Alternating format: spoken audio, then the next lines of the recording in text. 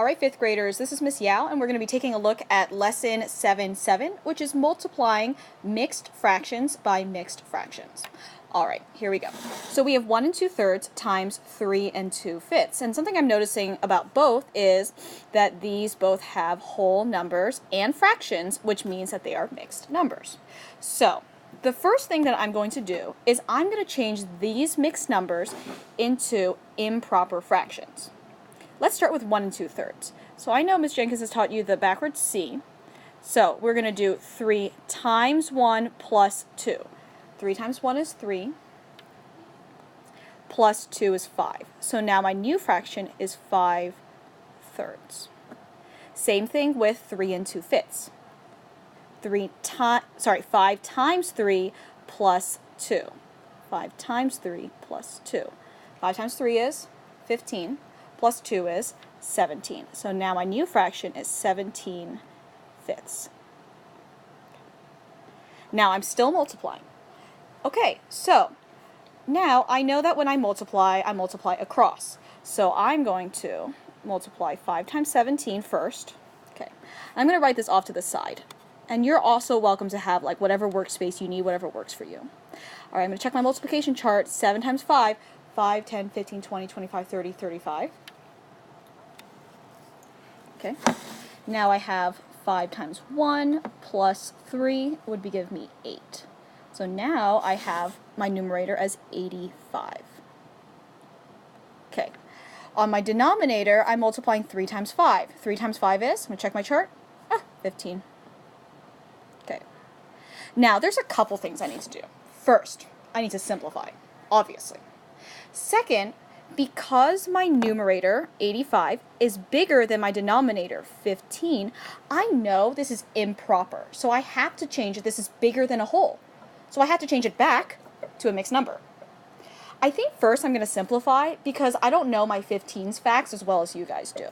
So I'm going to divide the numerator and denominator by 5. And I didn't write out my factors first because, well, first of all, they both end in 5. So I figured that would be easy. Okay, 85 divided by 5. How many times does 5 go into 8? 1 time. 35. How many times does 5 go into 35? 7. Okay, so we have 17/3. Now it is time for me to change this, still improper. My numerator is still bigger than my denominator. I have to change it into a mixed number. So let's change it to yellow maybe. Okay, so Miss Jenkins always has the 17 here. Oops, that looks not good. And that looks even worse, guys. Okay, let's try that again. 17, how many times does 3 go into 17? Well, if I look at my multiples of 3 on my chart, I can see I can go all the way up to 5 times without going over.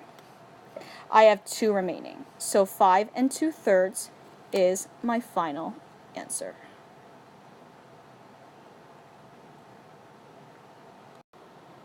Hi class, welcome to the last week of February. Okay, now I think you're ready to try number 2 on your own, because number 2 I actually think is a little easier than number 1, and you have been practicing how to multiply mixed fractions by mixed fractions for several days now. So try the problem on your own right now, and I'll get back to you. Okay, I hope you worked out this problem on your own and remember to simplify.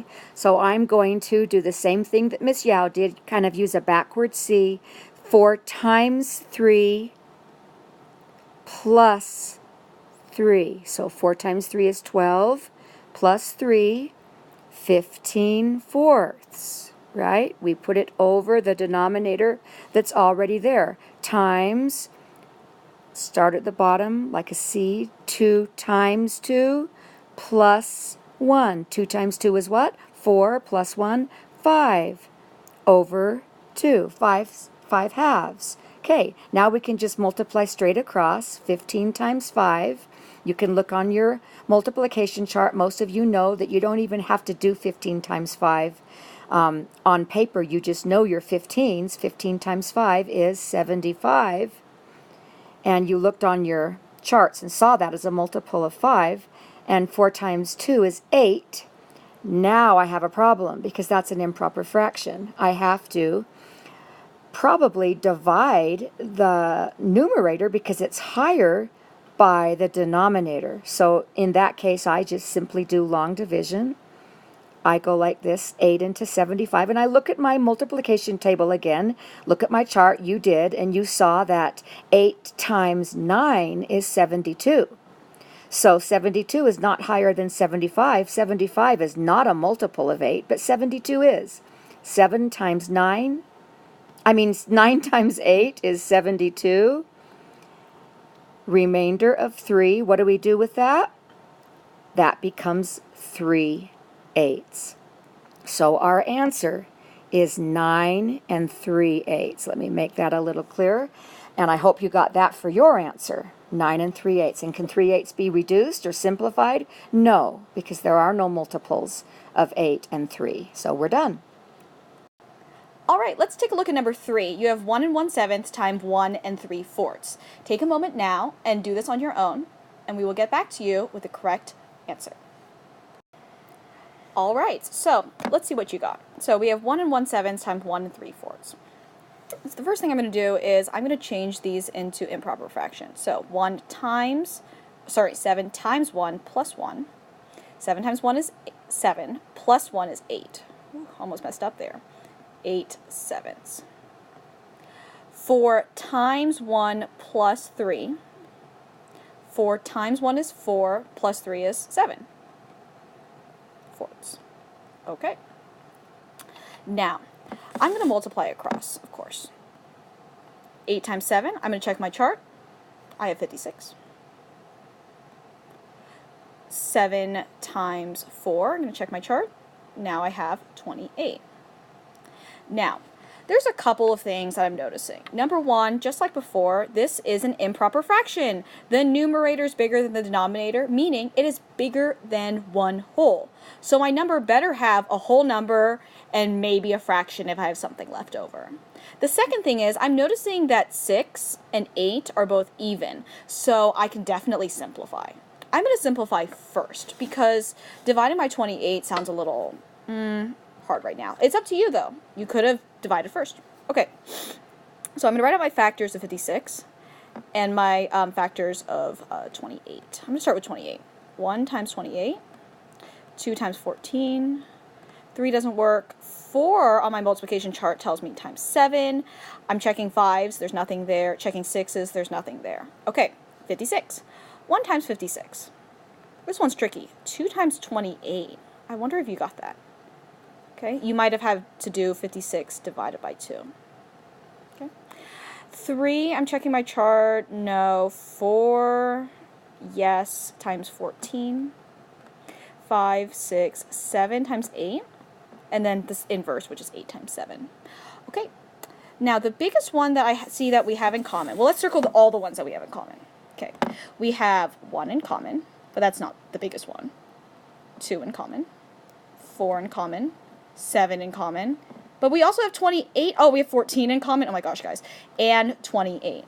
So the biggest one we have in common is 28.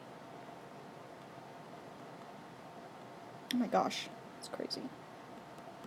All right, I'm going to start with my denominator because that's the easiest one. 28 divided by 28. If I divide the number by itself, it's just 1. Okay.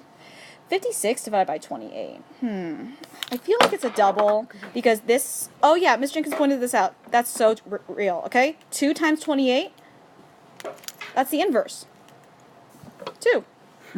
2 over 1, we just worked on this. If anything's over 1, it's just a whole. 2 is my final answer. 2 wholes, nothing left over. Ah, mind blown. So students, now you're going to wow us with your knowledge, and you're going to try 4, 5, and 6 on your own, going through the steps that we've gone through. Remember, you can backtrack and go back and watch the videos again if you need help. But try 4, 5, and 6 on your own. Please show your work and put your work in the red basket when you're done. Thanks so much for listening, and good luck.